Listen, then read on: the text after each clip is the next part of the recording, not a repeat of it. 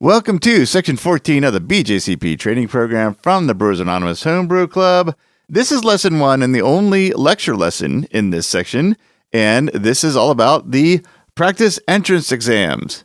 We're going to talk about 3 practice exams in this lesson and provide links and descriptions in 3 follow-up text-based lessons.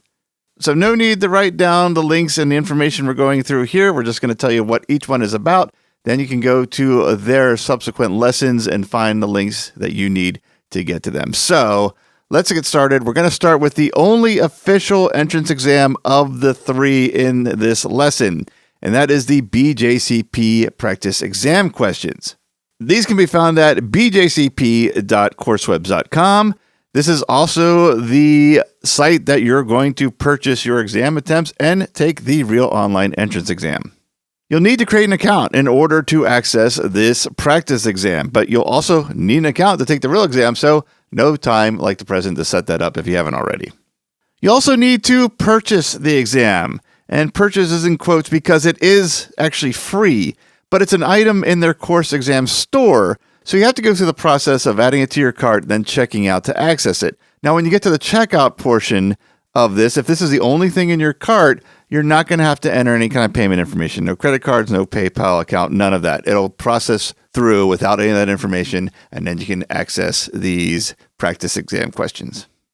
There's a couple important details that you need to know about this practice exam before taking it. It's comprised of 20 questions, and they're all reminiscent of the questions that you're going to get in the real exam, but they're written exclusively for this practice exam. You're not going to see these questions again come up on your exam. This is the only place you're going to see these particular questions. There are the 3 types of questions in this practice exam that are also in the real exam, and that is true and false questions, multiple choice questions, and multiple answer questions. Those are questions that require more than one answer to be correct. And it can only be taken once, and it cannot be reset. So be sure that you're ready to take this before you start, because once it's done, it's done. That's it. That's all. You can't take this one again. Now, if you want more information on the mechanics of this exam and how it works, we did cover all that. That is in Section 2, Lesson 2. So if you want to refresh your memory before taking this exam, check out that lesson. Now let's take a look at the first of our non-official practice exams, the Beer Syndicate Practice Exam. That can be found at this link you see on the screen. And again, don't worry about writing all of that extensive link down. It's going to be in the lesson coming up that pertains to this Beer Syndicate practice exam. It is 30 questions, also 30 questions that are reminiscent of the questions you'll get on the real exam. And the exam format is the same, or the questions, I should say, format are the same as we just discussed. True and false questions, multiple choice, and multiple answer questions. This one does have a running 10-minute timer for this exam, much like the real exam. So once that 10 minutes is up, if you haven't answered all 30 questions, you're done, whether you got through all those questions or not. So pay particular attention to that while you're taking this exam. You can also retake this exam as many times as you want, but it is the same question. So eventually you will know the information and the answers of the exam, possibly more from memory than learning the material. So just be careful of that, because you're not going to see any of these questions on the real exam. So the idea of memorizing these will not help you. They will not be on your exam. I don't have this in the notes, but this site is also the home of I believe it's called the Beer Style Compare-O-Matic. That's where you can pick up to 3 beer styles and list them side by side next to each other when you need to compare them. A very useful tool when it comes to questions where you're comparing beer styles. The only slight drawback to this is that it's based on the 2015 guidelines, and I believe the exam, or at least the intention of the exam, is to cover details in the 2021 beer style guidelines. There's another, however, in this. The changes between the two are not significant in the styles that we are going to be quizzed on. We can only be quizzed on categories 1 through 26. A lot of these changes came after that. There's a few. I'm not going to say there's no changes in those categories. There's a few. But in my opinion, just my opinion, no guarantee that this is 100% correct. I believe the changes in those categories aren't very significant in terms of the questions and material that are asked about styles when comparing them in the exam. I could be wrong. There are a lot of questions.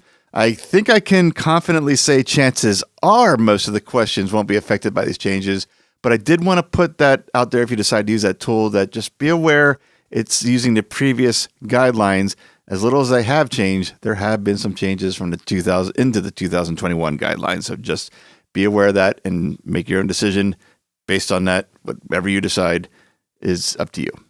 And our last practice exam, and also an unofficial practice exam, is the Bros Anonymous BJCP Training Program Practice Exam. This is the entrance exam that we have written for this training course. You'll be able to access it in lesson 4 of this section, which is section 14. It's comprised of 90 questions with a 30-minute time limit. This is exactly half the questions and half the time of the real exam. And like the others, we have the same question format, true and false questions, multiple choice questions, and multiple answer questions. And they're all written to resemble the real test the best that we could. This is exactly half the experience you will have when taking the real thing in terms of the questions and the time limit. In fact, let me hammer that home a little bit by showing you this. If you remember from our entrance exam lesson, this is the subject and question structure of the online exam. And here is our subject and question structure of the training program practice exam. It is exactly half in every subject and every number of questions. We wanted to make sure we give you a good sampling of the exam and half the questions of everything, not just 90 questions. It's exactly half the questions of every subject you will encounter on your real exam. Now, there's some things I want to point out about our practice exam. Some of the features of our exam engine are different. We got it as close as we could with the tools available, but I did want to point out some of the differences as well as some of the similarities between our exam and the real exam. So let's take a look. So the first thing I want to point out here is the word demo on this. You will not see that when you get to the practice exam. What we did here was load some demo data into the exam engine so we could show you how the exam engine works without showing you any of the questions. And there's a reason we did that. When you go into your real exam, you'll have absolutely no knowledge of any of the questions that you're going to be given at all. We wanted to duplicate that experience. We're not going to show you any of the questions that you're going to see on the practice exam itself in this demonstration. So this is a screen that you're going to be greeted with. Read through it. It's written for your benefit. The same way the information in the real exam is going to be presented to you for your benefit. Make sure you understand everything before you start, because once you hit this start quiz button, that timer starts and you will not be able to stop it. You can't pause it. There's nothing you can do about it except wait it out or finish the exam. So let's actually start. So here is the timer. Right up here, as you can see, it's already counting down. This blue line will decrease towards the left as the time runs out. I don't believe there's that visual in the real exam. I do not remember. I've taken it quite a few years ago. But the time stamp, or I should say the time counter will be displayed. So make sure you see that so you can keep an eye on it as you go. This is something somewhat similar to the real exam. This is going to keep track. In fact, I can show you by just randomly picking some answers here. This will show you questions that you've answered, and if you skip any, you'll see it stand out as unanswered. This screen does exist in the real exam, but it's not until the end. In fact, it's called the summary screen, and the link is on the bottom of the exam window itself, so you can look at it any time. They also have a second feature that we don't have. In this version of the exam, in order to make it as close as we could not set the review option. In the real exam, you'll have an option to review, and that will be pointed out. It'll be color-coded in the summary screen as well. Again, if you want to know the mechanics of the real exam before you take it, check out Section 2, Lesson 2. That shows everything that you'll need to know going into that exam. So, much like the entrance exam, the real entrance exam, we have the 5 questions per page. You'd have to hit the next page to get to the next set of questions, go through and answer. Another thing I want to point out that's different in our exam from the real exam is that we have a general setting for our exam to randomize the order of the answers, and that applies to all the questions. We couldn't filter out the true or false questions. So In this case, when you're taking our practice exam, make sure you're reading which answer you're clicking. As you see here, false is first, true is second. Next question, true is first, and false is second.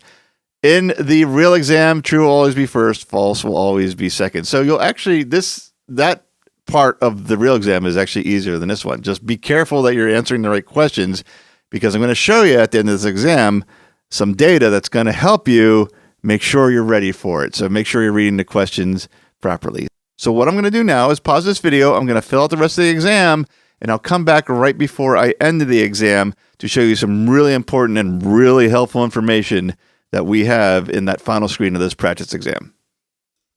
Okay, I just did the last page of questions, and there's a couple things I can show you now. In fact, this was the question I skipped earlier, so I got to go back and answer that to make sure I have this completed. And I also missed one just randomly. I somehow missed that question, so I'm going to go back and do that.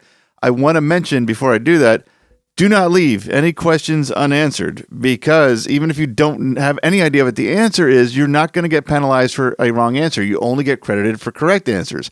So if you have no idea what the answer is, still get some kind of answer on there, and the chances that maybe it's right, because it can only help you. It cannot hurt you. In fact, leaving these blank can hurt you more than that. So let's go take care of these. I'm going to jump to number 4. Let's see, which is beers. Stout. I'll be honest, I'm not entirely sure that the answer data in here is correct, so I'm not sure what kind of score I'm going to get. Plus, I also ran through this randomly, checking off answers. And let's see, what was the other one? 68. Let's answer that. In fact, I'll just pick, well, now that I read the question, let's see, there we go. So to jump to the end here, I'm going to hit 90. Now we're at the end. I'm going to hit quiz summary. We're going to see, just double check that everything's done. Now I have a choice here. I can hit finish quiz, or if I'm still wondering about some of these questions, like if I'm doing the real exam and I flagged some, even though I put an answer down there, I have, in this case, I have the better part of over 18 minutes left that I can go back and check. If I let the timer run out, it will end the same way as if I hit finish quiz. I don't get penalized. The score will be calculated just the same. So if I want to sit here and look through my open book material for that last answer or two or however many I marked off, I have the time to do it, and I can let the clock run out. But on the other hand, if I'm very confident in everything that I answered and I don't have anything marked to review and I'm all done, I can hit finish quiz. So I'm going to go ahead and do that for the sake of demonstration. So here we go. Oh, what do you know? I got 66 out of 90, as you see right here, and that's 73.33%. If you scored a 64 or better, you have passed this exam. It's a pass-fail. We couldn't make it pass-fail, so you will see your percentage and how many you got right. You will not see that on your real exam, unfortunately, if you do not pass. We're not showing the answers of this quiz because we want to make this repeatable. Between having 90 questions, a time limit, and randomizing the answers, you should be able to take this a few times before things start repeating in your head and you've had answers memorized. So we're not going to give you the answers. You're not going to get the answers on the real exam either. So again, we're making this as true to life as we possibly can. One thing that we have added that you will see, you're going to see a percentage or how well you did in each of the categories that the exam is based on. And my best category, I got 81.25% in technical process and ingredients. So I might want to review a little bit of that, but it seems like I'm pretty solid on it. Also seems like I'm fairly solid on technical beer characteristics at 77.78%. But again, there's some room for improvement. Now the BJC programs and ethics, I should have gotten 100 because we're given those true or false questions. We couldn't publish or use any of the questions from the real exam because those are copywritten. But the true and false exams are published with the answers to the public and part of the study guide material. So we're rolling the dice and actually using questions from that part of the study exam guide and hoping that that's going to be okay. So you should, in this practice exam and on the real exam, should have 100% of the BJCP program and ethics because you've already been given the questions and the answers. Beer styles, I'm a little weak on and I should probably review. That is my weakest category, actually. I should review those, and I should practice comparing styles and how to find the answers, because that's probably where a lot of the questions came from, most likely in the multiple answer questions. So last thing to say here is this, since we had to write these questions ourselves, this was probably a little easier question-wise than the real exam. We tried our best. Questions are not easy to come up with. So with that, if you don't pass this exam on your first try, you're probably not ready to take the real exam, because like I said, this I believe is a little easier. It may not be, but I feel it is. I also might be doubting the work we did. Conversely, if you pass with a high score, that doesn't guarantee you're ready for the real exam either. What you should do in that case is consider how many questions you weren't sure about that you took guesses at and what those were about, and just brush up on that to make sure you're ready for the real exam. What I'm trying to say is that passing this entrance exam, and any of the entrance exams, even the BJCP official one, is no guarantee that you're going to pass the real exam. It will give you an idea of where your strengths are, and also give you a better idea if you are ready through the entire process as well. So that is it. Let's go back to the slides. Okay, that is all for this lesson. To get to each of these exams, check out the remaining text lessons in this section. Lesson 2 has the official BJCP practice questions information. Lesson 3 has the beer syndicate information. And lesson 4 will get you to the training programs practice exam that we just took an extensive look at. So take advantage of these. They will all help you gauge your readiness for the real thing. They're all free. They just take some time to go through, but it's time well worth taking. I cannot understate how difficult this exam is, and you need to take every advantage you can to prepare for it. All right, last thing I can say is good luck. I sincerely hope that everyone who watches this does well in their exam.